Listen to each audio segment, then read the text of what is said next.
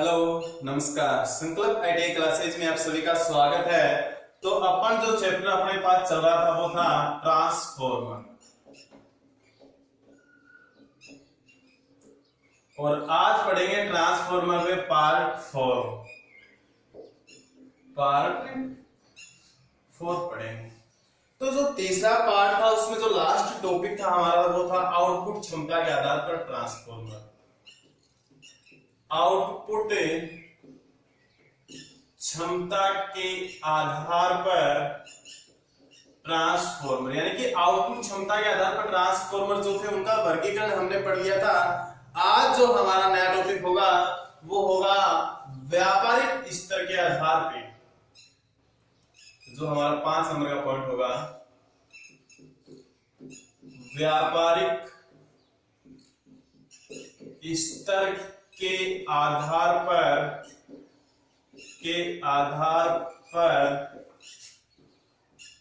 Transformer. व्यापारिक स्तर के आधार पर ट्रांसफॉर्मर के प्रकार। तो व्यापारिक स्तर के आधार पे जो ट्रांसफॉर्मर है वो हमारे पास 2 प्रकार के होते हैं। पहला जो होता है वो होता है पावर ट्रांसफॉर्मर, और दूसरा जो होता है वो होता है डिस्ट्रीब्यूशन ट्रांसफॉर्मर। Distribution transformer. तो हम इन दोनों के बारे में अध्ययन करेंगे कि पावर ट्रांसफॉर्मर क्या होता है, डिस्ट्रीब्यूशन ट्रांसफॉर्मर क्या होता है। तो नंबर 1 हेडिंग डालो आप, पावर ट्रांसफॉर्मर। और पावर ट्रांसफॉर्मर में आप लिखो इसकी क्षमता, इसकी जो कैपेसिटी होती है, जो क्षमता होती है वो केवीए में मापी जाती है। किसकी? पावर ट्रांसफॉर्मर की। तो फर्स्ट पॉइंट इसमें लिखो, इसकी क्षमता केवीए में मापी जाती है। जो पावर ट्रांसफॉर्मर अपने पास होते हैं उसकी जो कैपेसिटी होती है वो होती है 200 केवीए तक। तो इसकी क्षमता, नेक्स्ट पॉइंट लिखो, इसकी क्षमता 200 केवीए तक होती है। ठीक है, 200 केवीए के किलो वोल्ट एम्पियर। ठीक है, किलो वोल्ट एम्पियर होता है केवीए का। के का अर्थ होता है 1000। ठीक है, तो इसमें कंफ्यूजन नहीं होना आपको। अगर यहां पे आपको ये भी अगर दे दे तो ये भी सही होता है। ठीक है, 200 केवीए या फिर इकाई, दहाई, सैकड़ा, हजार, 10,000, लाख, यानी कि 2 लाख वोल्ट एम्पियर तक। ठीक है, इसकी क्षमता किसमें मापते हैं? केवीए में मापते हैं। इसकी जो क्षमता होती है वो 200 केवीए तक होती है। नेक्स्ट जो पॉइंट है इसमें लिखो, इसकी प्राइमरी वाइंडिंग स्टार संयोजन, इसकी प्राइमरी वाइंडिंग, इसकी प्राइमरी वाइंडिंग स्टार संयोजन तथा सेकेंडरी वाइंडिंग डेल्टा संयोजन में संयोजित की जाती है। संयोजित की जाती है। इसकी प्राइमरी वाइंडिंग जो होती है वो होती है स्टार संयोजन। स्टार संयोजन अपना कैसा होता है? इस प्रकार का जो संयोजन है हमारे पास वो होता है स्टार संयोजन, जिससे अपन न्यूट्रल भी दे सकते हैं। और लास्ट में जो डेल्टा होता है वो कनेक्शन हमारे पास ऐसा होता है। तो हमें यही क्वेश्चन पूछ लिया जाता है कि जो पावर ट्रांसफॉर्मर होता है उसमें प्राइमरी वाइंडिंग का जो संयोजन होता है वो होता है डेल्टा स्टार, दोनों, इनमें से कोई नहीं। तो प्राइमरी संयोजन कैसा होता है? स्टार संयोजन। इसी प्रकार से क्वेश्चन इसमें पूछे जाते हैं। तो हमने पढ़ा था पावर ट्रांसफॉर्मर। जो पावर ट्रांसफॉर्मर होता है इसका यूजफुल उपयोग कहां पे होता है, तो इसमें लिखो इसका उपयोग उत्पादन स्टेशन जहां पे विद्युत का उत्पादन होता है, उत्पादन स्टेशन, इसका उपयोग उत्पादन स्टेशन तथा उद्योगों के सब स्टेशनों में किया जाता है, तथा उद्योगों के सब स्टेशनों में किया जाता है। तो ये था बच्चों हमारे पास पावर ट्रांसफॉर्मर। और इसके बाद जो पढ़ेंगे वो पढ़ेंगे अपन डिस्ट्रीब्यूशन ट्रांसफॉर्मर। डिस्ट्रीब्यूशन बच्चों जो ट्रांसफॉर्मर होता है उसकी क्षमता भी अपन किस में मापते हैं, केवीए के अंदर ही मापते हैं। लेकिन इसकी क्षमता हमारे पास क्या है, 200 केवीए तक है। लेकिन जो हमारे पास होगा डिस्ट्रीब्यूशन ट्रांसफॉर्मर, इसकी क्षमता हो जाएगी 5 केवीए से 2000 केवीए तक। 5 केवीए से 2000 केवीए तक हो जाएगा। तो बच्चों नई हेडिंग डालो आप, डिस्ट्रीब्यूशन ट्रांसफॉर्मर। तो बच्चों जो हमारी नई हेडिंग होगी वो कौन सी है, डिस्ट्रीब्यूशन ट्रांसफॉर्मर। अब पढ़ेंगे अपन डिस्ट्रीब्यूशन ट्रांसफॉर्मर के बारे में। तो नंबर 1 पॉइंट आप लिखो इसमें, इसकी क्षमता 5 केवीए से, इसकी क्षमता जो कि वो 5 केवीए से 2000 केवीए तक होती है। 5 केवीए से 2000 केवीए तक होती है। इसकी कैपेसिटी जो होती है वो दोस्तों होती है 5 केवी से 2000 केवीए तक होती है। इसके अंदर जो नेक्स्ट लाइन लिखेंगे वो लिखेंगे इसकी जो प्राइमरी वाइंडिंग होती है वो तो होती है किसके अंदर, डेल्टा संयोजन में। और जो सेकेंडरी वाइंडिंग होती है जो होती है किसमें, स्टार में। पावर ट्रांसफॉर्मर का विपरीत होता है इसमें डिस्ट्रीब्यूशन ट्रांसफॉर्मर। तो इसमें प्राइमरी वाइंडिंग डेल्टा संयोजन में तथा सेकेंडरी वाइंडिंग स्टार संयोजन में स्थापित की जाती है, स्थापित की जाती है। इसकी जो प्राइमरी वाइंडिंग है वो कौन से संयोजन में स्थापित की जाती है, डेल्टा में। सेकेंडरी वाइंडिंग स्टार में। तो ये नामों को इनको याद रखना, डेल्टा में कौन सी होती है और स्टार में कौन सी होती है। अब बच्चों आपको कई बार के लोग पूछ भी लेते हैं और आपको ये नाम लिखा हुआ भी मिल जाता है। एक तो मिलता है आपको LT और दूसरा मिलता है HT। तो LT होता है लो टेंशन, यानी कि कम वोल्टेज की जो विद्युत धारा होती है। HT हाई टेंशन यानी कि हाई वोल्टेज वाली धारा होती है। ठीक है, तो LT ट्रांसफॉर्मर, LT यानी कि लो टेंशन वाले जो जितने भी ट्रांसफॉर्मर हैं वो होते हैं हमारे पास LT ट्रांसफॉर्मर। और इसकी जो क्षमता होती है वो होती है 15000 केवीए से कम क्षमता वाले, 15000 केवीए से कम क्षमता वाले। ठीक है, HT जो होती है वो होती है HT ट्रांसफॉर्मर। और HT ट्रांसफॉर्मर जो होता है वो होगा हमारे पास 15000 केवीए से अधिक वोल्ट केवीए तक, 15000 केवीए से अधिक क्षमता वाला जो ट्रांसफॉर्मर होगा वो होगा हमारे पास HT ट्रांसफॉर्मर, जिसको बोलेंगे हाई टेंशन ट्रांसफॉर्मर। तो नंबर 1 हेडिंग डालो आप LT ट्रांसफॉर्मर। LT ट्रांसफॉर्मर इसमें लिखो 15000 केवीए से 15000 केवीए से कम क्षमता वाले ट्रांसफॉर्मर, 15000 केवीए से कम क्षमता वाले ट्रांसफॉर्मर LT ट्रांसफॉर्मर कहलाते हैं, लो टेंशन ट्रांसफॉर्मर कहलाते हैं। नेक्स्ट 2 नंबर पॉइंट लिखो आप, ये HT ट्रांसफॉर्मर, जिसकी फुल फॉर्म होती है high tension HT transformer. HT transformer पे आप लिखो 15,000 kVA से अधिक क्षमता वाले ट्रांसफॉर्मर, 15,000 kVA से अधिक क्षमता वाले ट्रांसफॉर्मर HT ट्रांसफॉर्मर कहलाते हैं, HT ट्रांसफॉर्मर कहलाते हैं। अब दोस्तों हम पढ़ेंगे पावर ट्रांसफॉर्मर और डिस्ट्रीब्यूशन जो ट्रांसफॉर्मर होते हैं उनके कौन कौन से भाग होते हैं। नई हेडिंग लिखो, पावर या डिस्ट्रीब्यूशन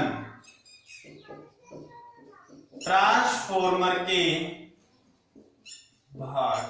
तकरीबन हम 20 भागों के बारे में यहां पे चर्चा करेंगे, तो एक एक करके आप लिखना शुरू कर दो। इसमें नंबर 1 पे लिखो कोर, नंबर 2 पे लिखो प्राइमरी वाइंडिंग, नंबर 3 पे लिखो आप सेकेंडरी वाइंडिंग, नंबर 4 पे लिखो oil tank, transformer oil, cooling pipe, oil inlet valve, oil inlet valve, oil outlet drain cork, oil outlet drain cork, oil gauge, primary terminal, secondary terminal, data plate, earth point, explosion valve, explosion valve, conservator, breather, silica gel, tapping switch, Buchholz relay, बकोल्ज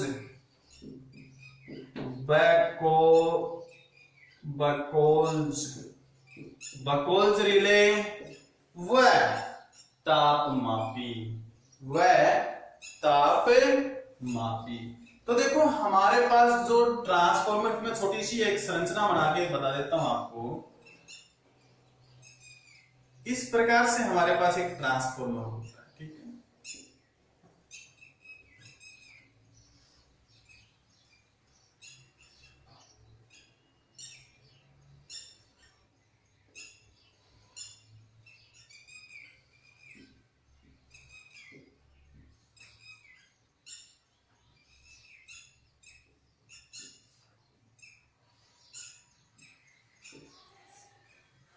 ये होता है transformer, यहां पे वो लगा होता है हमारे पास एक टैंकी सी लगी होती है, वो जिसको बोलते हैं अपन कंजर्वेटर, ठीक है। जिसको क्या बोलते हैं, कंजर्वेटर। कंजर्वेटर से यहां पे लगी होती है डायरेक्ट एक ब्रीदर लगा होता है इस प्रकार से, ठीक है। ये क्या लगा होता है दोस्तों, ब्रीदर लगा होता है। और जो मुख्य टैंक और ये कंजर्वेटर है, यहां एक पाइप लगी होती है, ठीक है। ये होता है हमारे पास ब्रीदर, ये होता है कंजर्वेटर, ये जो हमारे पास होता है मुख्य टैंक, मुख्य टैंक। यहां पे इस प्रकार से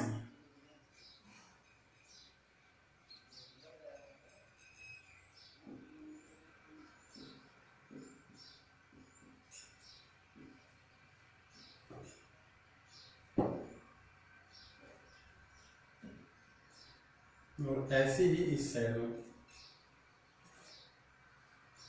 ऐसी कुछ संरचना होती है, ठीक है। तो ये जो होते हैं, ये हमारे पॉइंट्स होते हैं एलटी लाइन के, जो लो टेंशन लाइन हम निकालते हैं उसके पॉइंट होते हैं। और ये होते हैं जो शीतलन पाइप होती है, शीतलन पाइप होती है। और ये जो होते हैं यहाँ पे टर्मिनल्स हैं, यहाँ पे संयोजन किया जाता है। क्या किया जाता है दोस्तों, संयोजन किया जाता है। अब इस टैंकी को यहां से क्या कर दिया जाता है, अर्थ कर दिया जाता है। ठीक है। यहां से तेल अगर हमारा कंप्लीट उसमें थोड़ा तेल के अगर हमारे पास गुण घट जाते हैं तो उसको बाहर निकालने के लिए यहां होता है आउट लेट ड्रेन फोर्क, ठीक है। और यहां से होता है इसके इनलेट, जहां से तेल को अपन डालते हैं, इनलेट वाल्व, ठीक है। ये जो होता है दोस्तों, इसे प्रेशर वाल्व भी अपन बोल सकते हैं, जिसको अपन बोल सकते हैं pressure release valve, pressure release valve. यहां पे दोस्तों इसके लगी होती है अलार्म, ये होती है अलार्म बेल। ये क्या होती है? अलार्म बेल होती है इसकी। इसके साइडों में भी जो पाइप्स लगी होती है, इस प्रकार से हमने ट्रांसफार्मर में देखा है कई बार। तो ये पाइप भी कौन सी पाइप है? थोड़ी देर पहले मैं आपको बताया था, कूलिंग पाइप होती है ये। कौन सी? कूलिंग, यानी कि ठंडा रखने वाली पाइप, कूलिंग पाइप होती है, ठीक है। इसके बाद में अपन जो पढ़ते हैं वो ऑयल गेज है, कि हमारा जो इस कंजर्वेटर के अंदर कितना ऑयल है, तो इसको मापने के लिए यहां लगा होता है ऑयल गेज। क्या लगा होता है? ऑयल गेज लगा होता है। इसके बाद में हमने क्या पढ़ा? ब्रीदर पढ़ा। ब्रीदर के अंदर हम जो प्रयोग करते हैं वो होती है सिलिका जेल, सिलिका जेल। और दोस्तों सिलिका जेल जो होती है उसका वास्तविक रंग तो सफेद होता है, लेकिन जब वो नमी को सोखता है तो उसका रंग हो जाता है आसमानी नीला। तो वास्तविक रूप तो सिलिका जेल का कैसा होता है दोस्तों? सफेद होता है, लेकिन नमी को सोखने के बाद इसका रंग हो जाता है आसमानी नीला, ठीक है। तो यहीं से ब्रीदर से ही इसमें ज्यादा क्वेश्चन पूछे जाते हैं, ठीक है। इसके बाद में अगर अपन और भी इसके भाग पढ़ते हैं, तो इसमें अगर इसी स्थान पे छोड़ते हैं तो इसमें यहीं पे व्हील यानी कि पहिए लगे होते हैं, और इसके जो HT टर्मिनल्स होते हैं और LT टर्मिनल्स होते हैं। तो HT हाई टेंशन टर्मिनल्स होते हैं इसके ऊपरी भाग में, HT टर्मिनल्स होते हैं ये, और ये होते हैं कौन से? LT टर्मिनल्स होते हैं हमारे पास इस प्रकार से। और एक यहां पे टेपिंग करने के लिए, यानी कि वोल्टेज को सेकेंडरी वाइंडिंग में लपेटों को कम बत्ती करने के लिए यहां पे लगे होते हैं टेपिंग। तो इस प्रकार से हमारा जो ट्रांसफार्मर है उसके अपन ने मुख्य भागों के बारे में चर्चा कर ली है। ये जो है यही इसके मुख्य भाग होते हैं। तो पावर या डिस्ट्रीब्यूशन ट्रांसफार्मर के जो आपको मैंने 20 मुख्य भाग बताए थे, उसमें से कुछ भागों के बारे में अपन ने चर्चा कर ली है। और अब हमारा जो नेक्स्ट पॉइंट होगा, इसका डायग्राम भी उतार लेना भैया आप, ठीक है। ये डायग्राम आप इस नोटबुक में भी उतारना। यहां पर अगर आपको अच्छी तरह से दिखाई नहीं दे रहा तो इसको बुक में से उतार लेना, ठीक है। अगर आप एक दो बार इसको उतारोगे तो आपके बिल्कुल ये डायग्राम आपके दिमाग में छप जाएगा, ठीक है। अब अपन जो ये भाग पढ़े हैं, इन भागों में सुरक्षात्मक युक्तियां भी होती हैं। जैसे होती है हमारे पास ब्रीदर होता है, प्रेशर रिलीज वाल्व होता है, कंजर्वेटर ऑयल होता है, ऑयल गेज होती है, अलार्म बेल होती है। ये सारी की सारी क्या होती हैं? सुरक्षात्मक युक्तियां होती हैं। तो जो नई एडिंग डालोगे वो डालो आप पावर या डिस्ट्रीब्यूशन ट्रांसफार्मर की, पावर या डिस्ट्रीब्यूशन ट्रांसफार्मर की सुरक्षात्मक युक्तियां, सुरक्षात्मक युक्तियां, ये एडिंग डालो आप।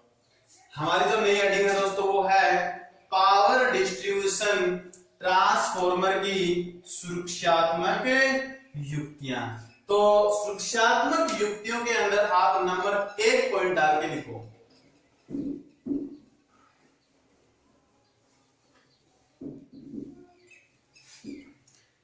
सुरक्षात्मक युक्तियों में लिखो कंजर्वेटर।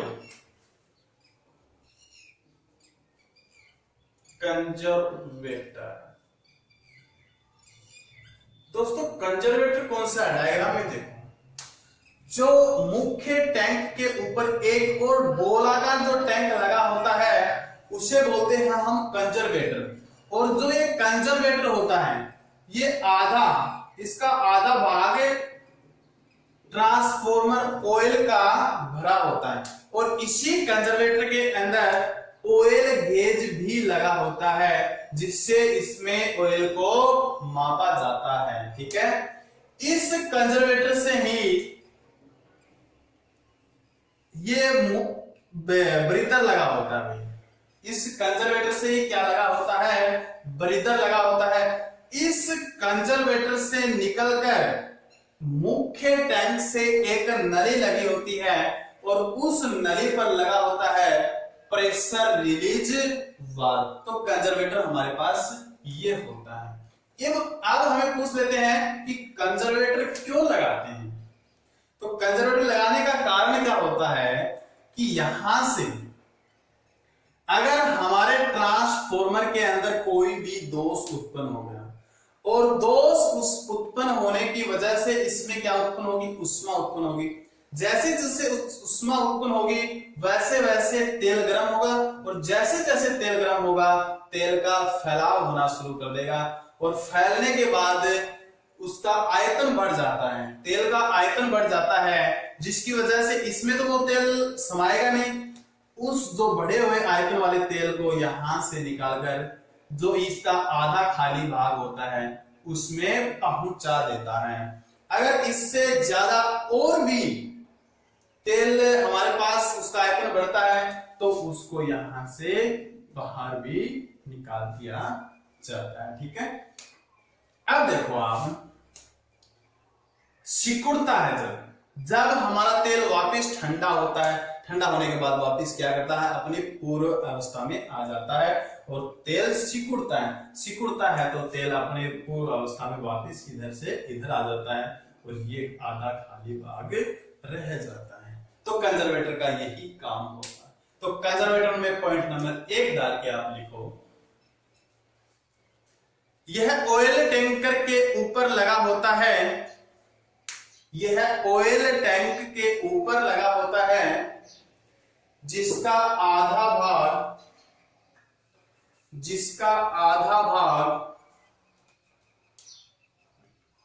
ट्रांसफॉर्मर ऑयल से भरा होता है। जिसका आधा भाग ट्रांसफॉर्मर ऑयल से भरा होता है। नेक्स्ट लिखो कार्य, यानी कि कंजर्वेटर का कार्य क्या होता है। तो नेक्स्ट जो छोटी सी हेडिंग है वो लिखो कार्य। कार्य में नंबर 1 पॉइंट डाल के आप लिखो, मुख्य टैंक में तेल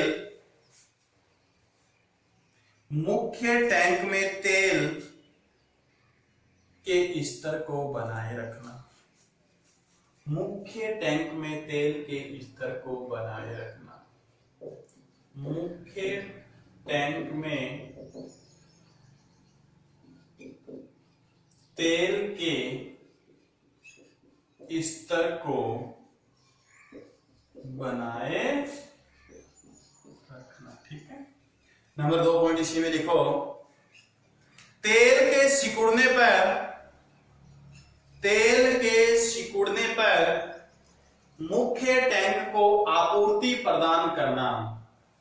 तेल के सिकुड़ने पर मुख्य टैंक को आपूर्ति प्रदान करना। अब देखो, हमारा जो ट्रांसफॉर्मर ऑयल होता है, ये ट्रांसफॉर्मर ऑयल जो है ये होता है हमारे पास 25 डिग्री से 95 डिग्री सेंटीग्रेड तक गर्म हो सकता है। हम पूछते हैं कि सर इस ट्रांसफॉर्मर ऑयल के अंदर आग क्यों नहीं लगती? क्योंकि ये इतना गर्म हो जाता है, उसके बाद भी इसमें आग नहीं लगती है। हमें सचेत हो जाना चाहिए 100 डिग्री सेंटीग्रेड पर। अगर 100 डिग्री सेंटीग्रेड पर अपन सजग नहीं होते हैं तो हमारी जो प्रेशर रिलीज वाल्व है वो फट जाती है, ठीक है। और इसका जो ज्वलन बिंदु होता है ट्रांसफॉर्मर ऑयल का, वो होता है दोस्तों 140 डिग्री सेंटीग्रेड। अगर इसकी जो उष्मा है, टेम्परेचर है 140 डिग्री सेंटीग्रेड हो जाता है तो हमारा ट्रांसफॉर्मर अग्नि को पकड़ सकता है, ठीक है। तो इस बात को ध्यान में रखना। नंबर 2 पॉइंट आप लिखो। कंजर्वेटर के बाद हमारा 2 नंबर पॉइंट होगा, वो होगा ब्रीदर। और क्वेश्चन दोस्तों इसी में से पूछा जाता है, ब्रीदर। और ब्रीदर में भी इसी से पूछा जाता है कि ब्रीदर के अंदर नमी सोखने के लिए जो पदार्थ भरा होता है वो क्या होता है, इसका रंग कैसा होता है, नमी सोखने के बाद इसका रंग कैसा हो जाता है, ठीक है। और ये क्यों भरा जाता है ब्रीदर के अंदर, इसी से क्वेश्चन पूछे जाते हैं।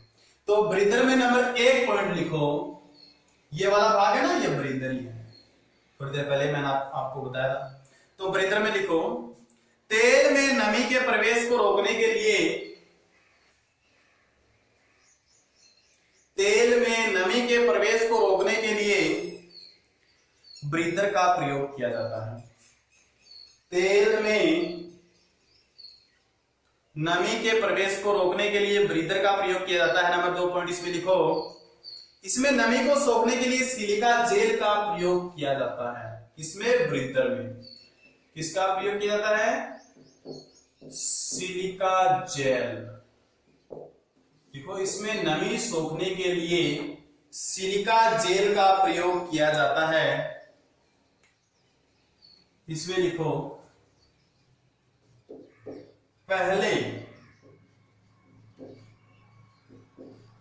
पहले सिलिका जेल का रंग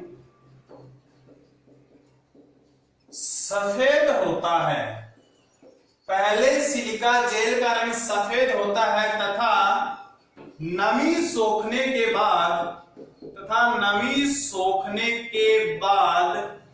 इसका रंग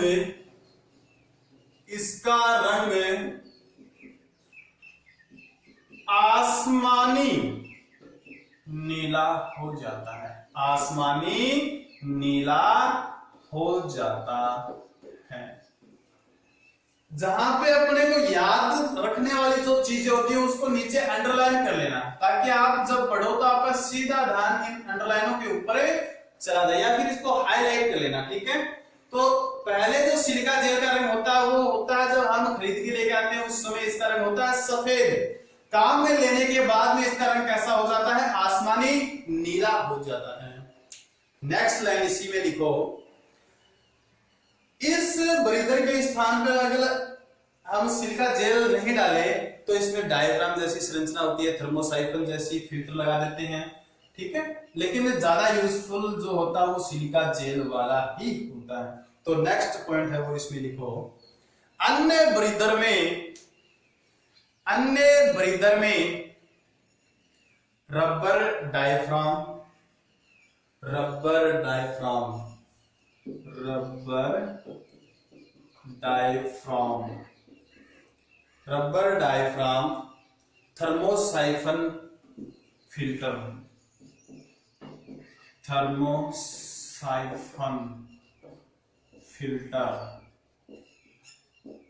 थर्मोसाइफन फिल्टर, व गैस कुशन का प्रयोग किया जाता है।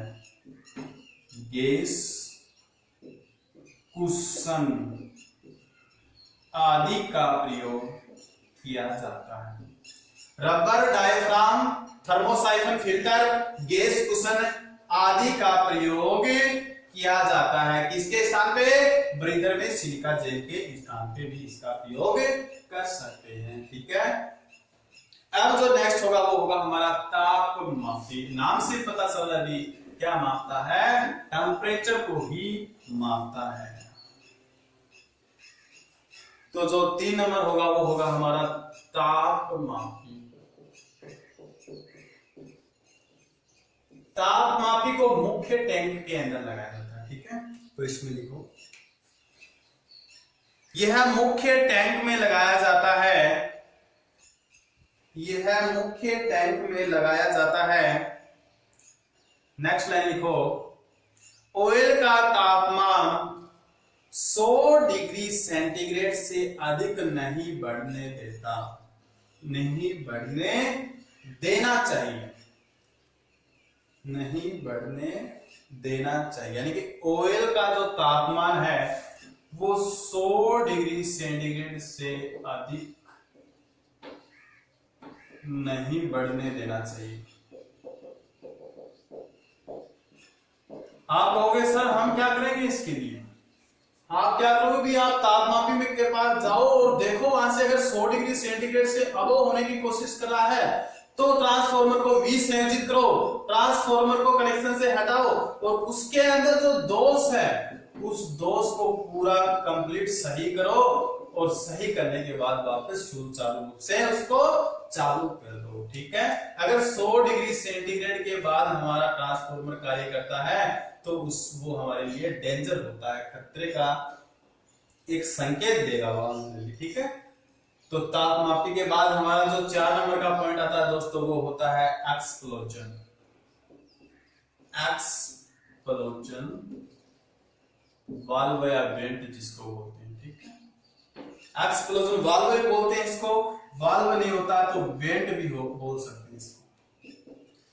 तो एक्सप्लोजन वेंट जो होता है यह मुख्य टैंक को, टैंक से जो हमें देखो प्रेशर वाला हम देख रहे थे, इसी का नाम होता है दूसरा, ठीक है।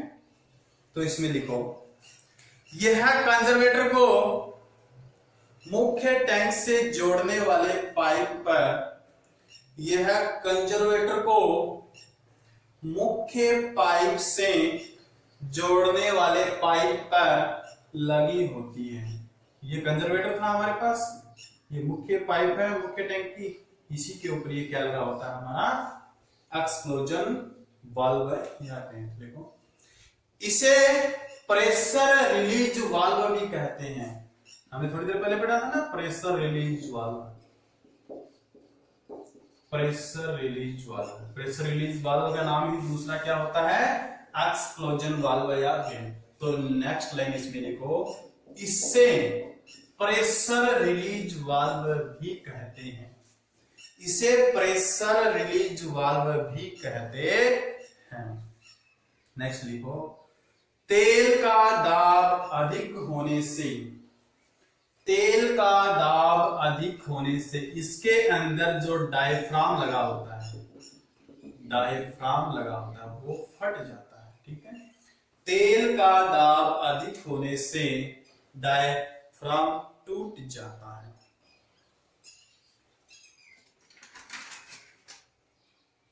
ठीक है। जो हमारा 5 नंबर का पॉइंट होगा वो होगा बकोल्ज रिले, और बकोल्ज रिले से भी क्वेश्चन आते हैं। बकोल्ज रिले एक महत्वपूर्ण सूक्ष्मात्मक युक्ति होती है। बकोल्ज रिले, बकोल्ज रिले क्या होती है?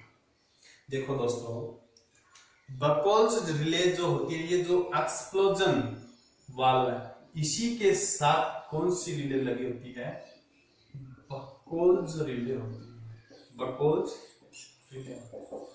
जैसे जैसे इसका टेम्परेचर बढ़ता जाता है और जब इसका टेम्परेचर अधिक होने लगता है तो बकोल्ज रिले क्या होती है? अलार्म बेल बजाकर, अलार्म बेल बजाकर सूचना देती है या संकेत देती है। कौन सी रिले देती है? बकोल्ज रिले देती है। और अगर इससे अधिक और भी टेम्परेचर बढ़ जाए तो ये ट्रांसफार्मर को क्या कर देती है? विसंयोजित कर देती है। क्या कर देती है? विसंयोजित। तो बकोल्ज रिले का मुख्य कार्य क्या होता है? अलार्म बेल बजाना और ट्रांसफार्मर को विसंयोजित कर देना। तो लिखो इसमें एक्सप्लोजन वेंट तथा बकोल्ज रिले, एक्सप्लोजन वेंट तथा बकोल्ज रिले एक ही स्थान पर लगे होते हैं, एक ही स्थान पर लगे होते हैं। सारा का सारा माजरा यहाँ पे इस डायग्राम का है। अगर आपको डायग्राम सही से याद है, इसको आपने समझ लिया है, तो इसके पूरा पूरा आप वर्णन कर सकते हैं। ठीक है, होज रिले तथा प्रेशर रिलीज वाल्व दोनों एक ही स्थान पर लगे होते हैं। नेक्स्ट लाइन इसमें लिखो, यह ट्रांसफॉर्मर में दोष पैदा होने पर, यह ट्रांसफॉर्मर में दोष पैदा होने पर अलार्म बेल बजाकर सूचना देता है। अलार्म बेल बजाकर क्या देता भी, सूचना देता। नेक्स्ट जो है वो होगा हमारा ऑयल गेज। 6 नंबर में लिखो नई हेडिंग है ऑयल गेज।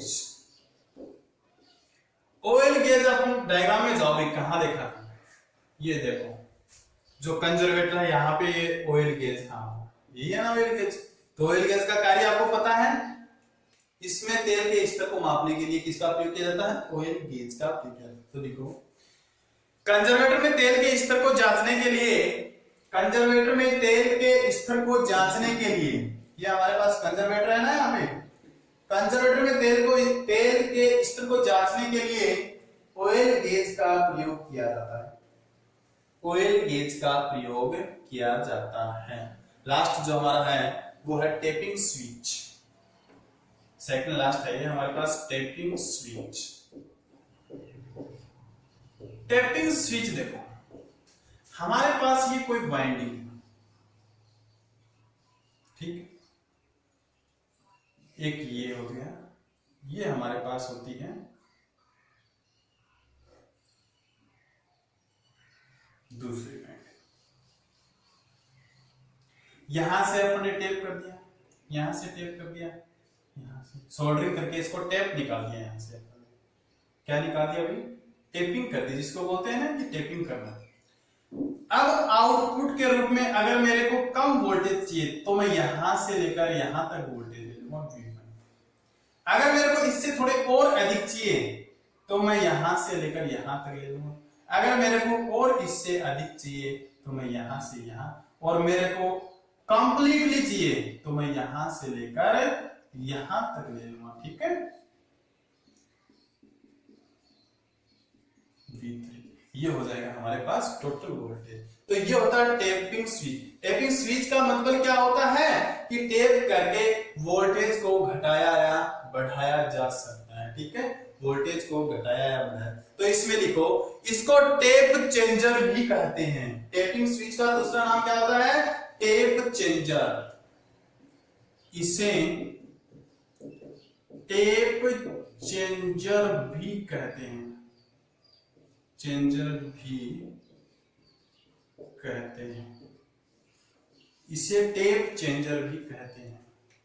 नेक्स्ट इसी में लाइन लिखो, इसके वोल्टेज को घटाने व बढ़ाने के लिए, इसके वोल्टेज को घटाने व बढ़ाने के लिए, इसके वोल्टेज को घटाने व बढ़ाने के लिए सेकेंडरी वाइंडिंग में टर्न को घटाया व बढ़ाया जाता है। सेकेंडरी वाइंडिंग में टर्न को घटाया व बढ़ाया जाता है। ठीक है, अगर टर्न्स सेम रखेंगे तो वोल्टेज भी हमें सेम मिलेगा। अगर टर्न्स को कम करेंगे तो वोल्टेज कम होगी, अगर टर्न्स को बढ़ाएंगे तो वोल्टेज अधिक होगी। ठीक है, अब हमारा जो नेक्स्ट 8 नंबर का आता है वो आता है बुशिंग।